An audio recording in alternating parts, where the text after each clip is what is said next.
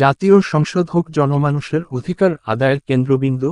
Mohammad Hasan, politics club international. নিজস্ব প্রতিবেদক, ঢাকা। বাংলাদেশ বেকার সমাজের চেয়ারম্যান এবং পলিটিক্স ক্লাব ইন্টারন্যাশনালের ভাইস প্রেসিডেন্ট জনাব মোহাম্মদ হাসান জাতীয় সংসদের বর্তমান আচরণবিধি ও সংসদীয় কার্যকলাপ নিয়ে গভীর উদ্বেগ প্রকাশ করেছেন। তিনি সংসদকে কেবল রাজনৈতিক বিতর্কের ক্ষেত্র না বানিয়ে জনমানুষের ন্যায্য দাবি আদায়ের কেন্দ্রে পরিণত করার আহ্বান জানিয়েছেন। সম্প্রতি এক বিবৃতিতে তিনি বলেন, বিসমিল্লাহির রহমানির রহিম। প্রিয় দেশবাসী, আসসালামু আলাইকুম।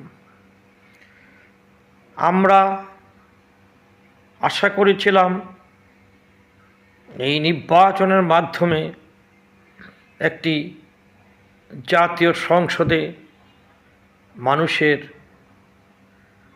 যে ন্যায্য মানুষের দাবি আমরা আশা করেছিলাম নির্বাচনের মাধ্যমে গঠিত এই সংসদ হবে তরুণ ও যুব সমাজের প্রত্যাশা পূরণের জায়গা।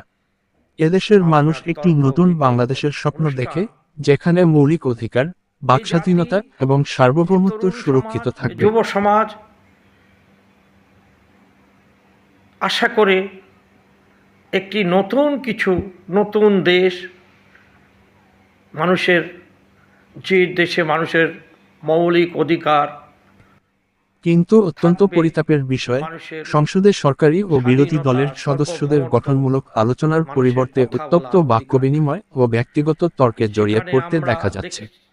জনগণের ত্যাগের মর্যাদা রক্ষার আহ্বান।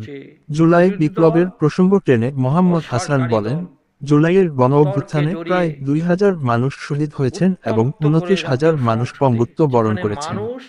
1971 সালের মহান স্বাধীনতা যুদ্ধেও অগণিত মানুষ প্রাণ দিয়েছিলেন একটি সুন্দর ও সুশৃঙ্খল দেশের আশায়।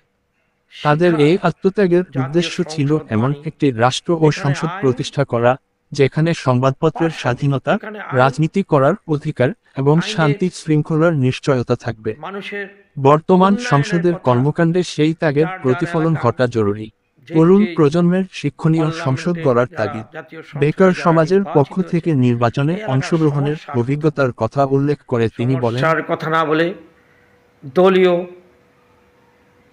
দলীয় কথা বলে যার তর্কে জড়িয়ে যায়। আমরা আশা করিনি এদেশের মানুষ 2000 মানুষ জুলাই যারা জীবন দিয়েছেন, যারা শহীদ হয়েছেন, 29,000 মানুষ যারা চোখ পাও হারিয়েছেন, তারা আশা করেছেন যে এটা সুন্দর সংসদ, যেই সংসদ মানুষ এদেশের যারা জীবন দিয়েছেন, যারা 71-এ যারা যুদ্ধে স্বাধীনতার জন্য যারা জীবন দিয়ে গেছেন, তারা আশা করেছেন, তারা মরে গিয়েও আশা করেছেন যে দেশটাকে শান্তি শৃঙ্খলা, মানুষের মৌলিক অধিকার, মানুষের জাতীয় সংসদ হওয়া উচিত একটি শিক্ষা প্রতিষ্ঠানের মতো, যেখান থেকে তরুণ প্রজন্ম সংসদীয় গণতন্ত্র ও শিষ্টাচার শিখবে।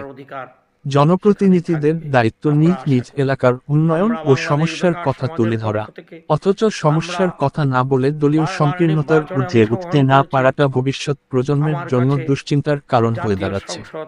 রাজনৈতিক দলগুলোর প্রতি অনুরোধ। বক্তব্যের শেষ পর্যায়ে তিনি সরকারি ও বিরোধী দলের প্রতি উদাত্ত আহ্বান জানিয়ে বলেন, আমরা আশা করি বিরোধী দল ও সরকারি দলকে আপনারা শান্তি শৃঙ্খলাভাবে আপনারা সুন্দরভাবে সংসদ যদি চালান, তাহলে মানুষ আপনাদের কাছে শিখতে পারবে, শিখার জিনিস শিখার। দেশ ও জাতির বৃহত্তর স্বার্থে সংসদকে সুন্দর ও সুশৃঙ্খলভাবে পরিচালনা করুন। সংসদ যদি কার্যকর হয়, তবেই সাধারণ মানুষ আপনাদের থেকে ইতিবাচক কিছু শিখতে পারবে। আমরা চাই সংসদ হোক সমৃদ্ধ বাংলাদেশ গড়ার মূল চালিকা শক্তি। বাংলাদেশ বেকার সমাজের পক্ষ থেকে তিনি দেশবাসীকে ঐক্যবদ্ধ থাকার এবং গণতান্ত্রিক মূল্যবোধ বজায় রাখার অনুরোধ জানিয়ে তার বক্তব্য শেষ করেন। আমার বক্তব্য শেষ করছি। আল্লাহ হাফেজ।